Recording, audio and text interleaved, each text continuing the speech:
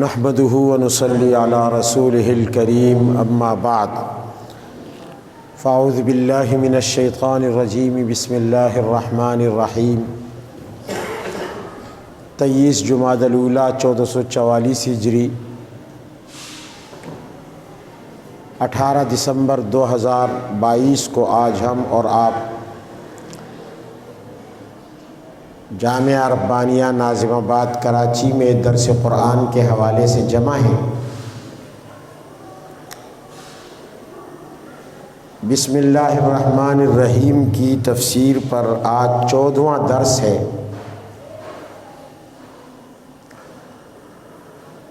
بسم اللہ الرحمن الرحیم مختصر کلمہ ہے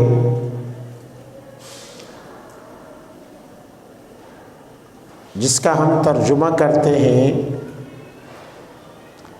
اللہ کے نام سے جو بڑا ہی مہربان اور رحم کرنے والا ہے۔ اور کسی بھی کام کے شروع میں ہم بسم اللہ پڑھتے ہیں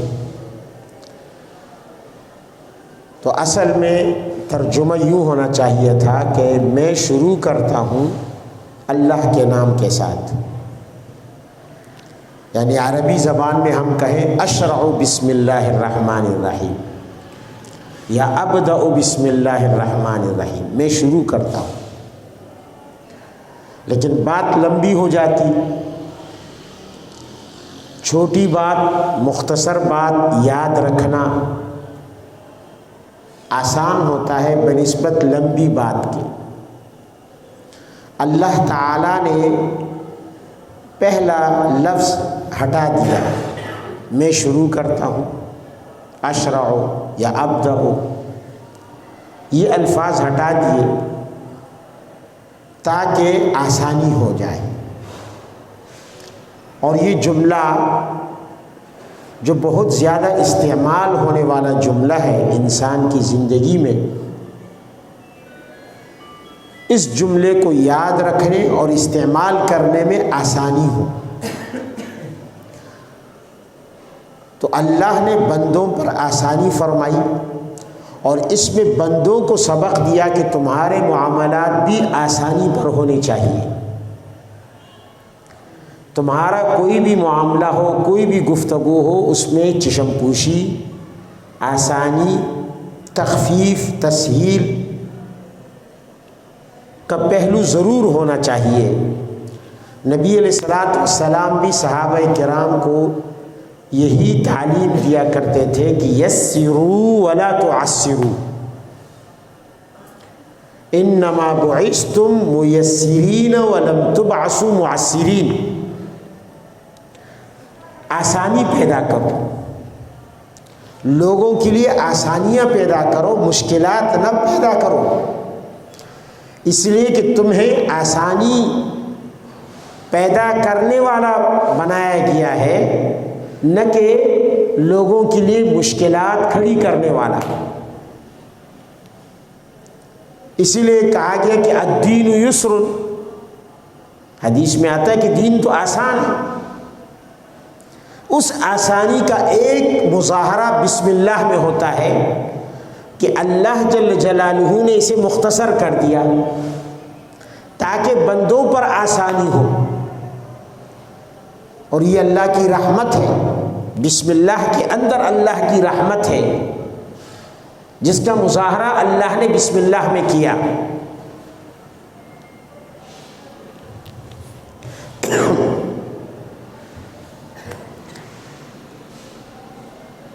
تو بسم اللہ ایک مہر ہے۔ یہ مہر کس چیز کی ہے؟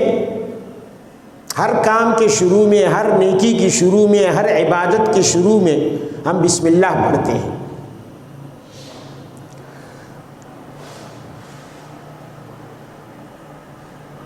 کوئی بھی دنیا کا بادشاہ جس کے خدام ہوں، نوکر ہوں، چاکر ہوں، جب کوئی شاہی چیز آتی ہے تو وہ اس پر شاہی علامت اور نشانی لگا دیتے ہیں۔ بغیر نشانی کے بادشاہ کی کوئی چیز نہیں ہوتی۔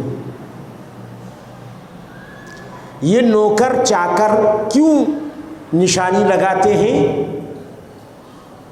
تاکہ لوگوں کو پتہ چل جائے کہ یہ کسی ایرے غیرے کا مال نہیں ہے، یہ کسی ایرے غیرے کی چیز نہیں ہے، یہ بادشاہ کی چیز ہے۔ کوئی اسے غلط نگاہ سے نہ دیکھے کہ چوری کرنے کی نیت ہو، چھپانے کی نیت ہو، اس میں خیانت کی نیت ہو، کیونکہ جب وہ مہر دیکھے گا کہ اس پر شاہی مہر لگی ہے اور یہ تو بادشاہ کا ہے، وہ فوراً سہم جائے گا، محتاط ہو جائے گا اور اس چیز کی طرف غلط نگاہ اٹھا کر بھی نہیں دیکھے گا۔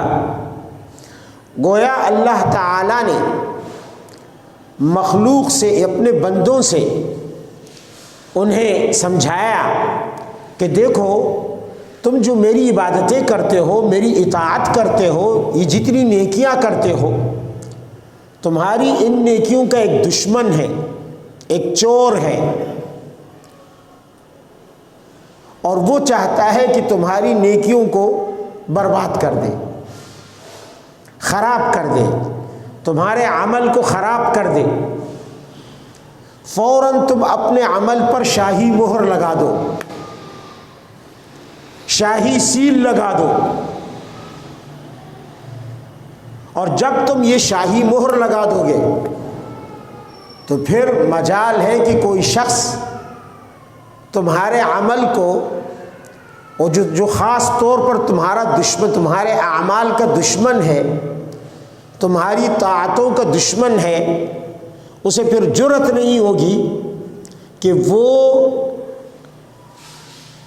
اس میں سے چوری کر سکے یا ان کو خراب کر سکے، اور وہ شیطان ہے جو انسان کی نیکیوں کا دشمن ہے۔ تو فرمایا بسم اللہ پڑھ لو۔ بسم اللہ الرحمن الرحیم جب تم پڑھو گے تو تمہارا ہر عمل اس شاہی علامت اور شاہی مہر کی وجہ سے دشمن کی دست و برید سے محفوظ ہو جائے گا۔ وہ اس میں دست و برید نہیں کر سکتا، وہ اس میں پھر گڑبڑ نہیں کر سکے گا۔ اس لیے بسم اللہ الرحمن الرحیم کے متعلق ہمیں کہا گیا کہ ہر ایسا کام، جیسا کہ حدیث میں فرمایا کل امر ذی بال لم یبدأ بسم اللہ، ہر اہم کام جو کوئی قدر و قیمت رکھتا ہو، چاہے وہ عبادت ہو یا کوئی بھی کام ہو، تجارت ہو، کوئی بھی کام ہو، بغیر بسم اللہ کے اگر شروع کریں گے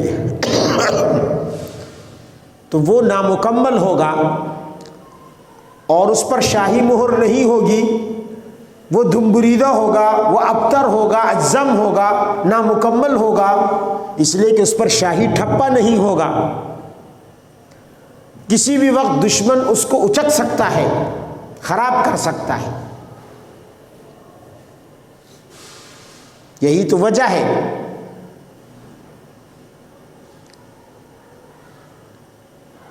کہ اللہ والے اس کلمے کا بہت اہتمام کرتے ہیں، اور پھر اس کے نتائج اللہ تعالیٰ دنیا میں دکھاتا ہے۔ حضرت رابعہ بصریہ رحمہ اللہ ایک بڑی عابدہ زاہدہ خاتون گزری ہیں، بڑی ولیہ گزری ہیں۔ فقر، مسکنت اور غریبی ان کا لبادہ تھا، لیکن اس کے باوجود چور تو چور ہوتا ہے۔ ایک رات، ساری رات عبادت کرنے کے بعد جب وہ تھک گئی، سو گئی۔ اب جب وہ سو گئی تو چور آ گیا۔ اب چور آیا تو اسے گھر میں اور تو کچھ نہ ملا، تو ان کے کپڑے تھے، وہ کپڑے اسے مل گئے، پیسے تو تھے نہیں، زہد اور فقر کی زندگی گزارتی تھی۔ اس نے وہ کپڑے اٹھائے، ان کی گٹھڑی بنائی، چلتا بنا۔ اب جیسے وہ دروازے کی طرف جانے لگا تو اندھا ہو گیا، دروازہ نظر نہیں آ رہا، بیچارہ ٹکرے کھانے لگا، کبھی ادھر جاتا ہے کبھی ادھر جاتا ہے۔ پھر جب واپس ہوتا ہے، کپڑے رکھتا ہے تو دروازہ سامنے نظر آ جاتا ہے، پھر جلدی سے کپڑے اٹھاتا ہے، دروازے کی طرف چلتا ہے تو اندھا ہو جاتا ہے، دروازہ غائب ہو جاتا ہے۔ کافی دیر تک یہ آنکھ مچولی ہوتی رہی، حرص لالچ کی وجہ سے کپڑے چھوڑ بھی نہیں رہا تھا اور دوسری طرف راستہ بھی نہیں مل رہا تھا، اور حضرت رابعہ آرام سے سو رہی ہیں۔ جب کافی دیر گزری، یہ ناکام ہوا تو ہاتف غیبی نے غیب سے آواز دی، او چور، زائل قماش وخرج، کپڑے رکھ اور نکل۔ جب تک کپڑے رکھے گا نہیں گھر سے نکل نہیں سکتا۔ تو نے کیا سوچا ہے کہ رابعہ سو رہی ہے تو میں چوری کر لوں گا؟ تو ہاتف غیبی نے کہا کہ اے چور، کپڑوں کی گٹھڑی رکھ اور گھر سے نکل، تب راستہ ملے گا۔ کیا خیال ہے؟ ان نام الحبیب فالسلطان یقظان، اگر دوست سو رہا ہے تو دوست کا چوکیدار خود بادشاہ ہے، بادشاہ خود چوکیداری کر رہا ہے، وہ تو جاگ رہا ہے۔ جب یہ دوست سو رہا ہے تو بادشاہ چوکیدار بن کے چوکیداری کر رہا ہے، کسی کی مجال نہیں کہ دوست کی چیز کو ہاتھ لگا سکے۔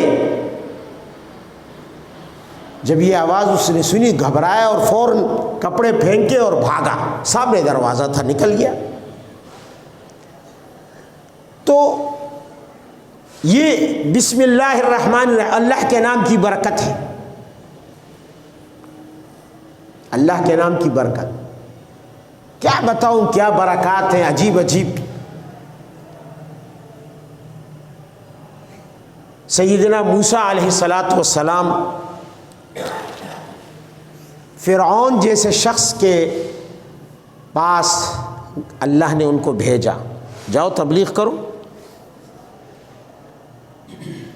فرعون کہاں ماننے والا تھا، وہ تو خود خدائی کا دعویدار تھا۔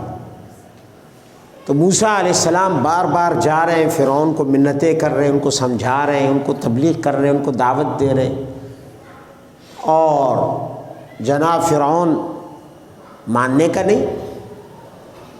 موسیٰ علیہ السلام تنگ آ گئے، کمبخت مانتا ہی نہیں، سر میں خدائی کا خناس چڑھا ہوا ہے، بس کہتا ہے انا ربکم الاعلی، خدا تو میں ہی ہوں۔ تو ایک دن حضرت موسیٰ علیہ السلام نے اللہ تعالیٰ کے دربار میں ہاتھ اٹھائے، یا اللہ، کس شخص کے پیچھے لگا دیا آپ نے، بار بار جاتا ہوں سمجھاتا ہوں مانتا نہیں، تو اس کا کوئی علاج نہیں ہے؟ جتنا میں سمجھاتا ہوں اتنا اور غرور میں آتا ہے، تکبر میں آتا ہے، کہتا ہے انا ربکم الاعلی، خدا ہوں تو میں ہوں۔ اللہ نے فرمایا، اے موسیٰ، کیا خیال ہے، تو کیا چاہتا ہے؟ تو یہ چاہتا ہے نا کہ میں فرعون کو ہلاک کر دوں، میں فرعون کو تباہ کر دوں، میں اسے سزا دے دوں۔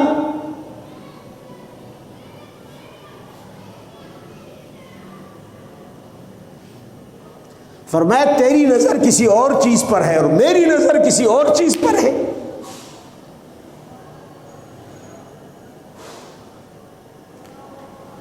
فرعون نے بہت زمانے بعد خدائی کا دعویٰ کیا تھا، شروع سے دعویٰ نہیں کیا تھا. کہتے تھے اس نے 400 سال حکومت کی اور 400 سال میں اس کے سر پر درد بھی نہیں آیا. تب جا کے اس کے دماغ میں خناس پیدا ہوا اور اس نے خدائی کا دعویٰ کیا. تو جب خدائی کا دعویٰ نہیں کیا تھا اس نے، شروع میں ٹھیک تھا، تو اس نے ایک دفعہ ارادہ کیا ایک محل بنانے کا. بادشاہوں کا مزاج ہوتا ہے، ان کا شغل ہوتا ہے اپنے لیے ایک سے ایک محل بنانے کا. تو فرعون نے بھی ایک عظیم الشان محل بنایا، ایک عظیم الشان گیٹ اس کا رکھا داخلے کا. جب اس میں کوئی ان ہوتا تو اس عظیم الشان گیٹ سے اس محل میں آتا.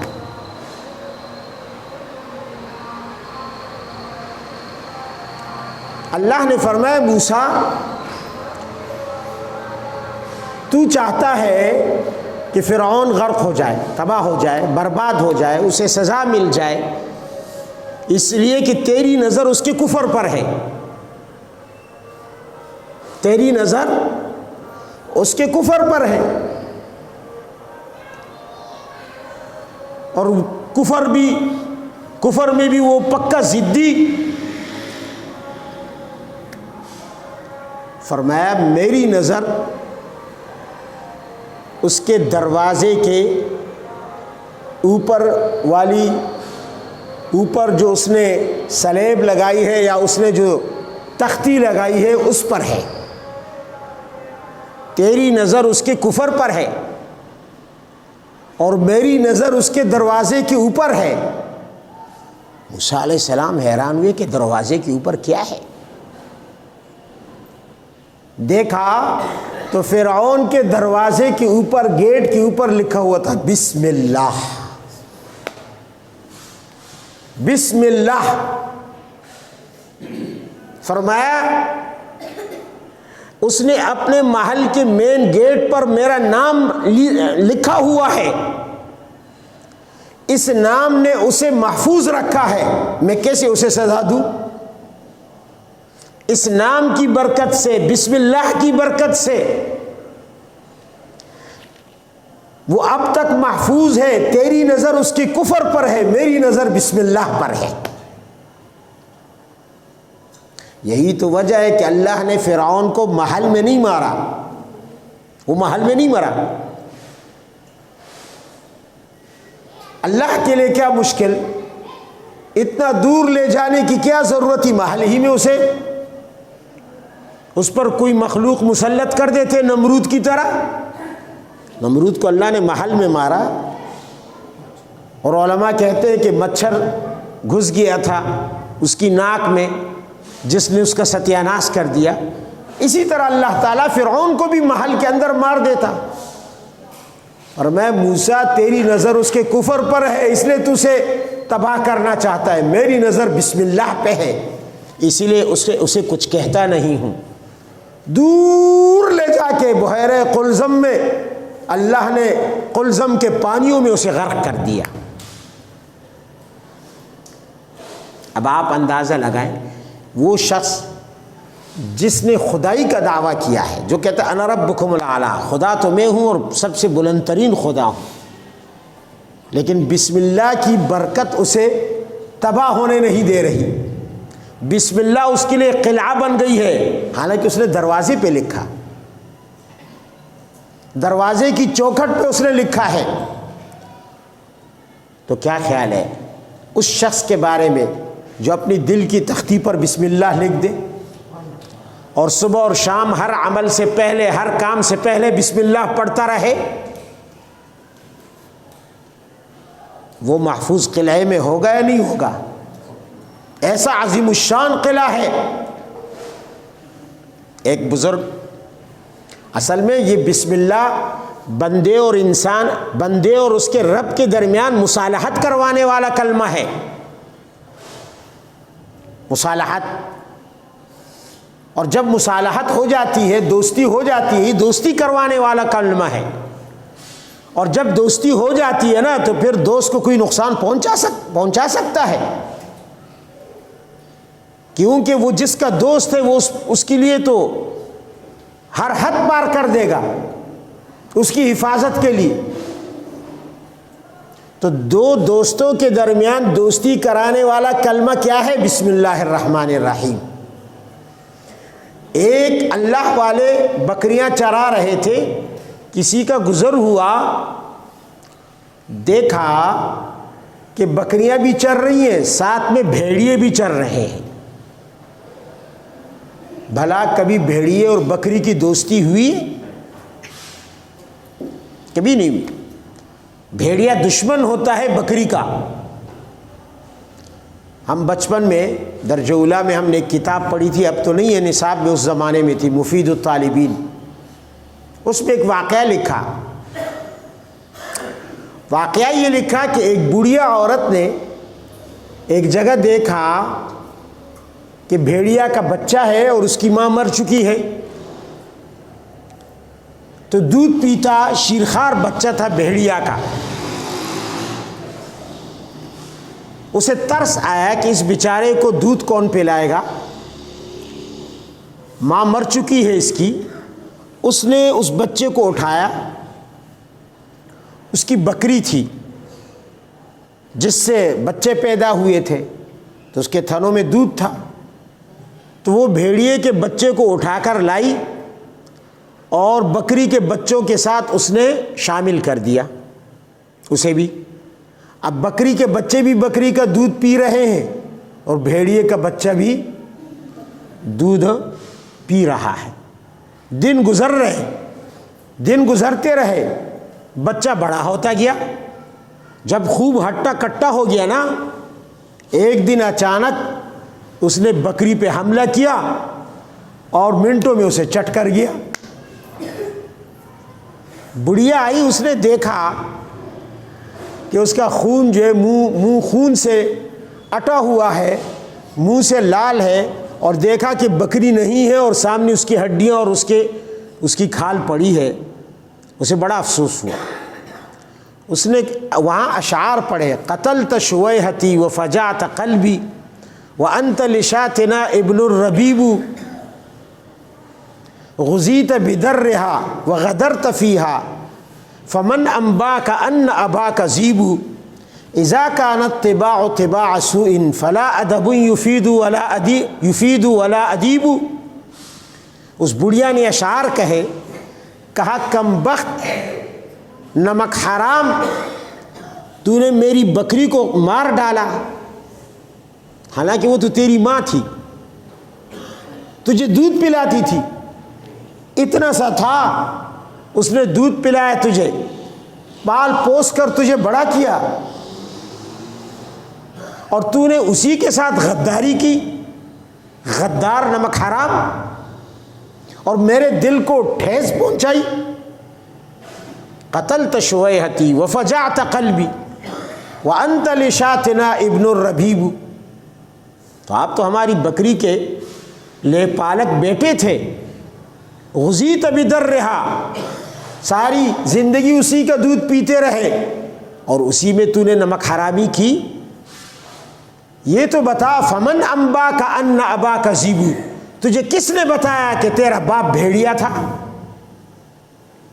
تو بھیڑیا کی نسل سے ہے، تو بکریوں میں پلا پوسا بڑا، بکری کا دودھ پیتا رہا، تو نے تو کبھی بھیڑیا دیکھا نہیں، تو تجھے پتہ کیسے چلا کہ میں بھیڑیا ہوں اور یہ میرا شکار ہے؟ بات یہ ہے کہ اذا کانت طباع طباع سوء، جب کسی کی فطرت ہی خراب ہو، جب کسی کی، تو اسے آپ بڑا ٹریننگ دے، بڑی تربیت کریں اسے۔ فلا ادب یفید ولا ادیب، کسی قسم کی تربیت، کسی قسم کی نصیحت، کسی قسم کی تعلیم کوئی فائدہ نہیں دیتی۔ تعلیم سے، تربیت سے کوئی نمک حلال نہیں بنتا۔ اگر فطرتی طور پر وہ نمک حرام ہے تو نمک حرام ہی رہے گا، آپ اس کے ساتھ احسانات کریں جتنے چاہے کریں، تو اس کی فطرت تھی نا، وہ بھیڑیا تھا، اس کی فطرت نے اسے مجبور کیا، اسے سمجھایا کہ یہ میرا شکار ہے اور یہ میری جنس نہیں ہے، تو اس نے اپنی محسن کو بھی نہ بخشا۔ تو بھیڑیے اور بکرے میں سدا کی دشمنی ہے۔ اب وہ اللہ والے وہاں بکریاں چرا رہے ہیں، گزرنے والے نے دیکھا کہ بکریاں اور بھیڑیے دونوں مکس ہیں، نہ بکریاں بھیڑیوں سے بھاگ رہی ہیں اور نہ بھیڑیے بکریوں کو کچھ کہہ رہے ہیں۔ تو اس شخص نے اس اللہ والے سے، بکریوں کے مالک سے سوال کیا، چرواہے سے، کہ یہ تیری بکریوں اور بھیڑیوں میں صلح کب سے ہو گئی؟ آج تک تو کسی نے ان کے درمیان صلح نہیں سنی، یہ صلح کب سے ہو گئی؟ اس نے کہا جب سے میرے اور میرے رب کے درمیان صلح ہوئی ہے، اس دن سے میرے بھیڑیوں اور میرے بکریوں میں صلح ہو گئی ہے۔ اب جنگل کے بھیڑیے بھی بکریوں کو کچھ نہیں کہتے۔ تو بسم اللہ الرحمن الرحیم وہ کلمہ ہے جو انسان اور بندے کے درمیان صلح کرانے والا ہے، اسی لیے تو علماء کہتے ہیں مصاحبت کے لیے۔ تو مصاحبت کے لیے ہے، انسان کو اللہ کا ساتھی بنانے والا کلمہ ہے یہ، اس سے انسان ساتھی بن جاتا ہے، صاحب بن جاتا ہے، اس کا مصاحب بن جاتا ہے، درباری بن جاتا ہے۔ اس وجہ سے پھر اس کے جانور تک میں صلح ہو جاتی ہے۔ یہ بسم اللہ کے اثرات ہوتے ہیں۔ تو یہاں پہ بسم اللہ الرحمن الرحیم یہ جو کلمہ ہے، یہ واقعات ہمیں کیا بتا رہے ہیں کہ یہ معمولی کلمہ نہیں ہے، غیر معمولی کلمہ ہے۔ پھر انسانوں کی، یہاں دیکھیں اللہ تعالیٰ نے انسانوں کی تسلی کے لیے اس کے اندر کتنے نکتے رکھے ہیں۔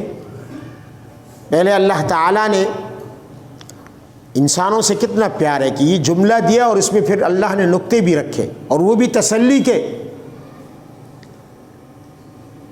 آپ اندازہ لگائیں، بسم اللہ یہ ادھورا جملہ ہے، پورا کیا ہے؟ بسم اللہ الرحمن الرحیم۔ اگر ہم دیکھیں قرآن عظیم سے ہمیں ایک سبق ملتا ہے۔ حضرت نوح علیہ السلام کے دور میں طوفان آیا، تو طوفان جب آیا تو حضرت نوح نے کشتی بنائی، اس کشتی میں خود بھی سوار ہوئے اور اپنے متبعین کو بھی سوار کرایا جو آپ کے پیروکار تھے،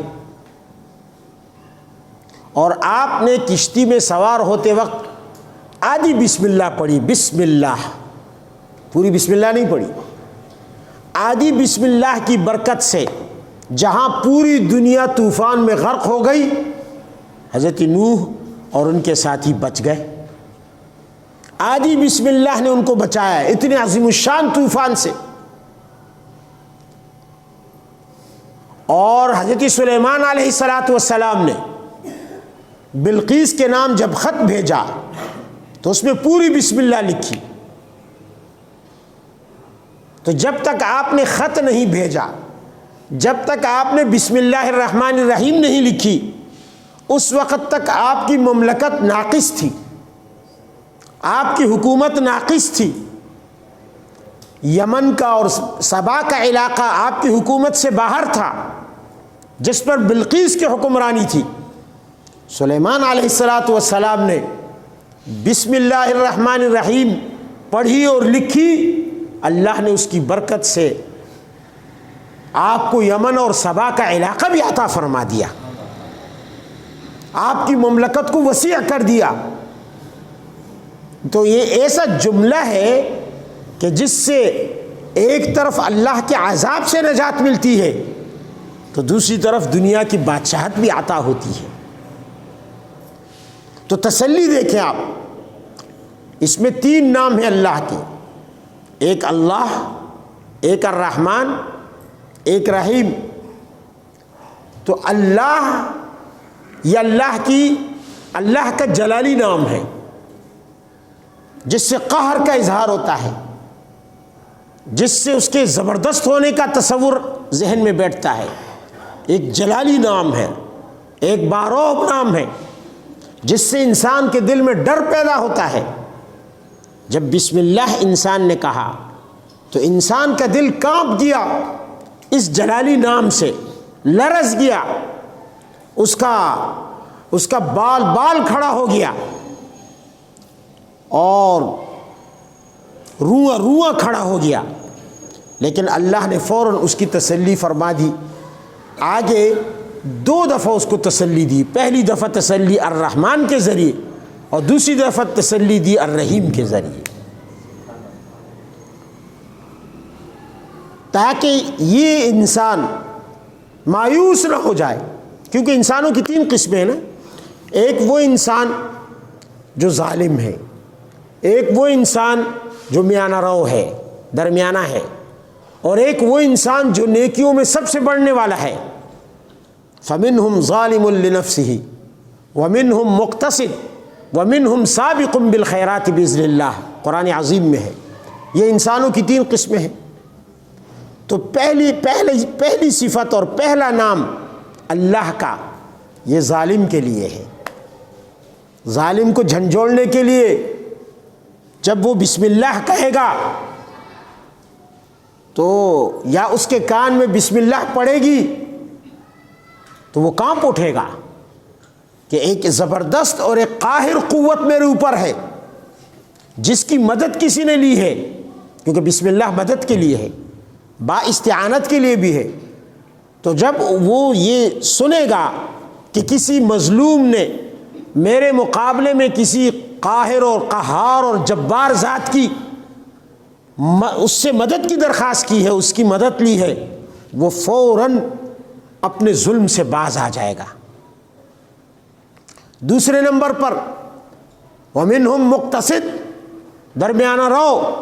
میانہ رو لوگ ہیں جن کی نیکیاں اور جن کے گناہ برابر ہیں، ان کے لیے اللہ نے رحمانیت کی صفت بیان کر دی۔ ان الذین آمنوا وعملوا الصالحات سیجعل لهم الرحمن ودا، کہ پریشان ہونے کی ضرورت نہیں ہے میرے بندو، تم نے گناہ بھی کیے لیکن تمہارے میزان اعمال میں، نامہ اعمال میں نیکیاں بھی ہیں، تو یاد رکھو میں رحمان ذات ہوں، اور رحمان ذات کسی کی چھوٹی سی چھوٹی نیکی کی بھی قدر کرتا ہے۔ ان نیکیوں کی برکت سے میں تمہیں اپنا دوست بنا لوں گا۔ اور جو سابقٌ بالخیرات باذن اللہ ہے،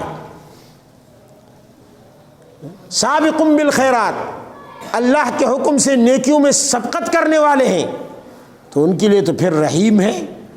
ایسے ویسے انعامات، آخرت اور جنت کے جو ابدی انعامات تیار کیے تو اپنے خاص دوستوں کے لیے کیے نا۔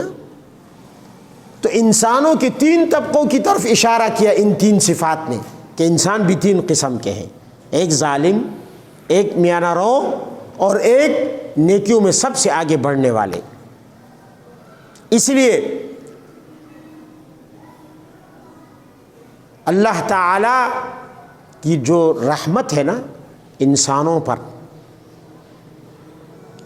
یہ رحمت نہیں، یہ رحمتوں کے سمندر اللہ نے برسائے ہیں انسانوں پر۔ یہ کھربوں، بلکہ صرف انسان نہیں، پوری کائنات پر، اس میں جمادات بھی ہیں، اس میں فرشتے بھی ہیں، اس میں نباتات بھی ہیں، اس میں انسان بھی ہیں، تمام مخلوق ہے۔ ان تمام مخلوق پر اللہ نے رحمتوں کے سمندر بہائے ہیں، لیکن آپ کو اندازہ ہے کہ یہ رحمتوں کے سمندر اس کی اصل جو رحمت ہے، حقیقی رحمت، اس سے کیا نسبت رکھتے ہیں، کیا تناسب رکھتے ہیں؟ یہ جو ہمیں سمندر نظر آتے ہیں رحمتوں کے، جو اللہ نے انسانوں پر بھی کیے، جنات پر بھی کیے، کافروں پر بھی کیے، مسلمانوں پر بھی کیے، فرشتوں پر بھی کیے، جانوروں پر بھی کیے، سمندر کی آبی مخلوق پر بھی کیے، اور خشکی کے مخلوق پر بھی کیے۔ یہ سمندر ہیں، سمندروں کے سمندر۔ لیکن جو اللہ تعالیٰ کی اللہ تعالیٰ کی اصل رحمت ہے. یہ سارے سمندر مل کر اس کے سامنے کیا حیثیت رکھتے ہیں؟ جیسے آپ ریت میں سے کوئی ذرہ اٹھا لیں، چھوٹا سا ذرہ، یا اور چھوٹا کر لیں، کسی سوراخ سے روشنی آ رہی ہو، دھوپ آ رہی ہو، آپ نے دیکھا اس میں کتنی چھوٹی چھوٹی چیزیں ہوتی ہیں. عام سائے میں عام اس میں نظر نہیں آتی، حالانکہ دن کا وقت ہوتا ہے، لیکن خاص جب دھوپ ہوگی اور ایک سوراخ سے وہ دھوپ باہر آئے گی تو اس میں آپ کو وہ چیزیں نظر آئیں گی. وہ کتنی چھوٹی ہوتی ہیں؟ اتنی چھوٹی ہوتی ہیں کہ عام روشنی میں نظر نہیں آتی، بلب کی روشنی میں بھی نظر نہیں آتی. وہ جو ذرہ ہے ایک، ان میں سے ایک آپ لے لیں، اس ذرے کی اللہ تعالیٰ کا جو عرش ہے جس نے پوری کائنات کو گھیرا ہوا ہے، یہ اتنے بڑے بڑے آسمان، یہ سب اس عرش کے اندر ہے. یوں تو آسمان کتنے ہیں اور کتنے بڑے ہیں؟ 7 آسمان، اور ہر آسمان کا کنارہ ہمیں نظر نہیں آتا. آج تک انسانوں نے کسی ترقی یافتہ ملک نے بھی آسمان کا آخری کنارہ کہیں نہیں دیکھا. آج تک ناسا نے بھی یہ دعویٰ نہیں کیا، کسی سائنسدان نے دعویٰ نہیں کیا کہ آسمان کا فلاں کنارہ میں نے دیکھ لیا ہے. چاروں طرف اتنے عظیم الشان آسمان، یہ سارے آسمان عرش کے اندر ایسے ہیں جیسے یہ میرا یہ ہاتھ اب اس مٹھی کو گھیرے ہوئے ہیں چاروں طرف سے.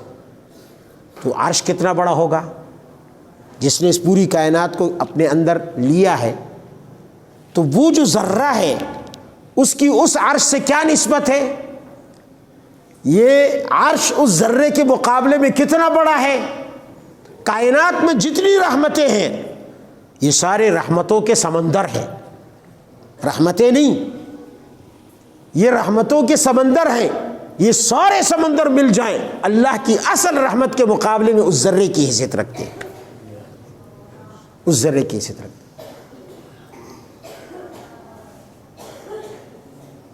اسی لیے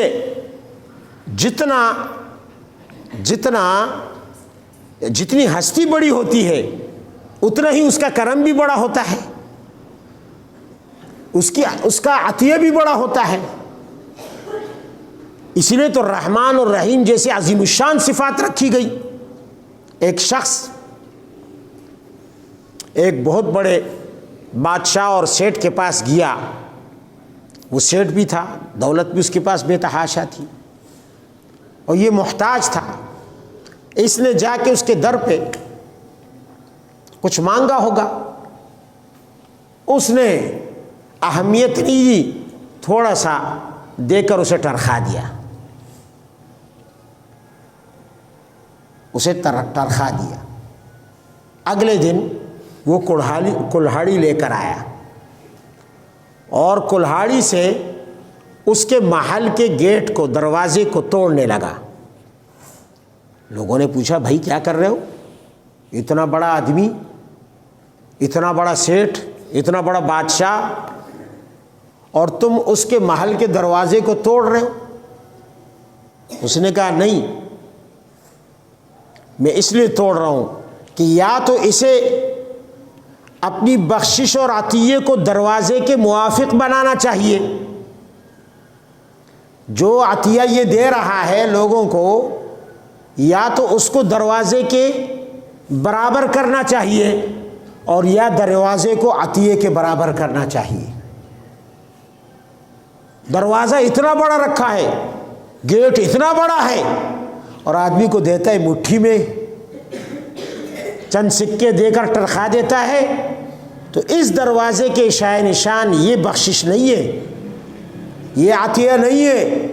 یا تو دروازہ چھوٹا کر دے کہ جتنا عطیہ ہے دروازہ بھی اتنا ہو، اور یہ عطیے کو بڑا کر دے تاکہ جتنا دروازہ ہے اتنا عطیہ ہو.